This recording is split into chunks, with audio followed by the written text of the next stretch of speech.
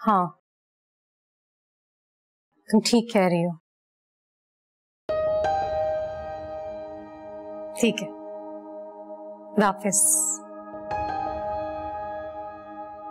बेटा सुनी।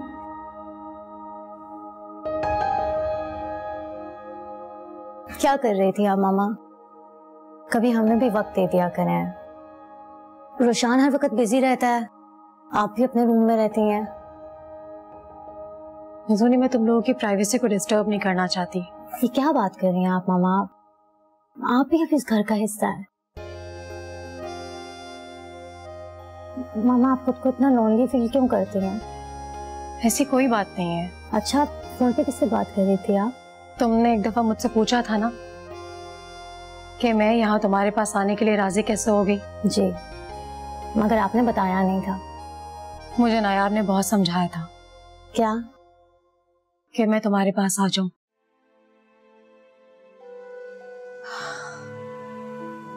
तुम जानती हो ना, पिछले दिनों में मैं नायाब और शहरयार की वजह से कितनी डिस्टर्ब थी।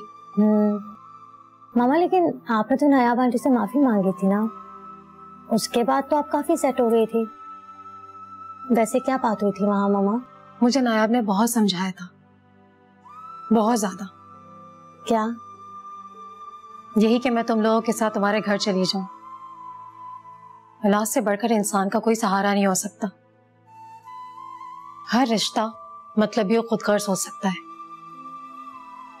मगर माँ और औलाद का नहीं। जी, वैसे नायाब आंटी ने ठीक कहा, औलाद माँ बाप के लिए बहुत बड़ा सहारा होती है। मामा, एक बात पूछूं मैं आपसे? हाँ पूछो। जब नायाब आंटी ने आपको ये बात समझाई, आप तो फौरन समझ गई, और मैं भी तो आपको ये बात कितने दिनों से समझा रही थी, तब तो आपको समझ नहीं आई। मामा, क्या आपको कोई आसरा था कि शहरयार अंकल और नायाब आंटी आपको अपने पास रख लेंगे? नहीं नहीं, ऐसी कोई बात नहीं है।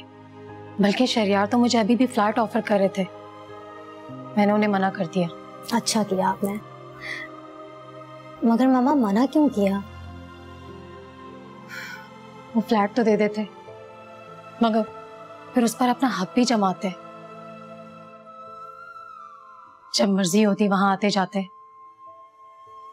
और नायाब को ये बात बिल्कुल बर्दाश्त नहीं हो पाती, और उनके दरमियान फिर से तलखियां पैदा हो जाती। बड़ी मुश्किल से तो वो दोनों एक दूसरे के करीब आए। मैं नहीं चाहती मेरी वजह से उन दोनों के दरमियान फिर से कोई दरार आए। ये तो बहुत अच्छा किया आपने मामा, बहुत अच्छा किया।